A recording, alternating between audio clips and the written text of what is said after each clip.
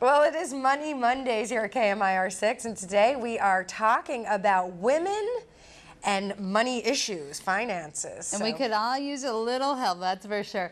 Right now we have Michele Sarna with us. She is with Integrated Wealth Management. Michele, Welcome. thank you. Thank you. Thanks for being here. Thank you for having me. So, Michele, what is the main issue that you see with women and finances that we seem to struggle with mostly? The lack of knowledge, the lack of they're afraid. They're afraid to even discuss the topic from a very young age to women well into retirement. It's a taboo. You're right, and as we're seeing, we have this screen up right now, Women and Money. So number one, afraid to discuss financial matters. Any reason behind that? I think a lot of women were brought up not to discuss it. They figured their Prince Charming would come along and take care of everything.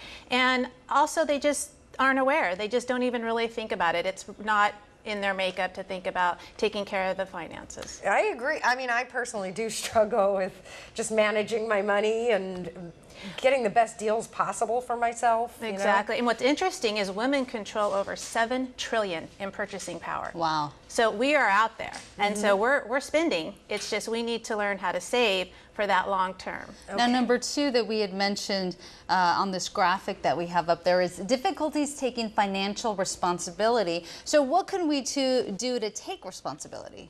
First of all, realize how much you're spending. Just start small. You know, the first day, jot down what you've spent. Take out that immediate spending when you're standing in line at the market, and then plan for your future. Just little steps, save $10 here, $5 there, and you'll really see it add up. You know, we were talking about getting a credit card. Somebody was recommending to me, if you're going to get a credit card, make sure you get one with the points, where you actually get points added on your, you could save money that way. Is that? You can. It depends on what the points are for. I would recommend, if you do get a credit card, that you pay it off every single month, so that if you do want to generate those points, whether you're using it for travel or something in the distant future, that you're not having a huge credit card bill, because those interest rates are going to outweigh the benefit that you're receiving. Now, the other thing you mentioned is a woman's financial cycle. What does that mean exactly? Well, we all have cycles, and men as well. But, we're in the pre-child cycle is the first cycle, and you do have a surplus of money. Then you get married, you're raising your children. In this particular stage in life, you may be also in that sandwich generation. So you have kids at home, you're trying to get through school, and yet you have some elderly parents that you're caring for. And then that post-child, hopefully everybody's out of the house. As we've seen in the past, kids have been coming home, and you haven't balanced for that. So there's a little bit more surplus. And then the retirement cycle, where you do have a small surplus, but you're not earning any more money, and what you have is what you need to use to spend. So the financial burden is the heaviest during what cycle? The heaviest burden is during those child years. Yeah.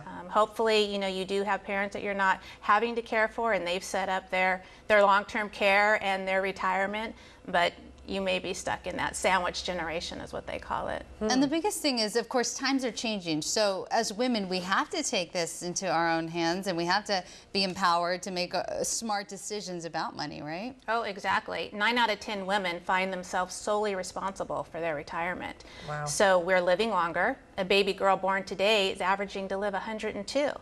And if you're a woman 65, there's a 50% chance you're going to live to be 88. So what's going to happen once you're 70 and you stop working, or you're tired of working? You need to have another 20 years to live off of, and not to mention the health care. Hopefully you're in good health and won't need to have that added cost. So finally, on the 4 rules of money. 4 rules of money. 4 rules of money. Yeah. Well, they're pretty simple. Spend less, save more.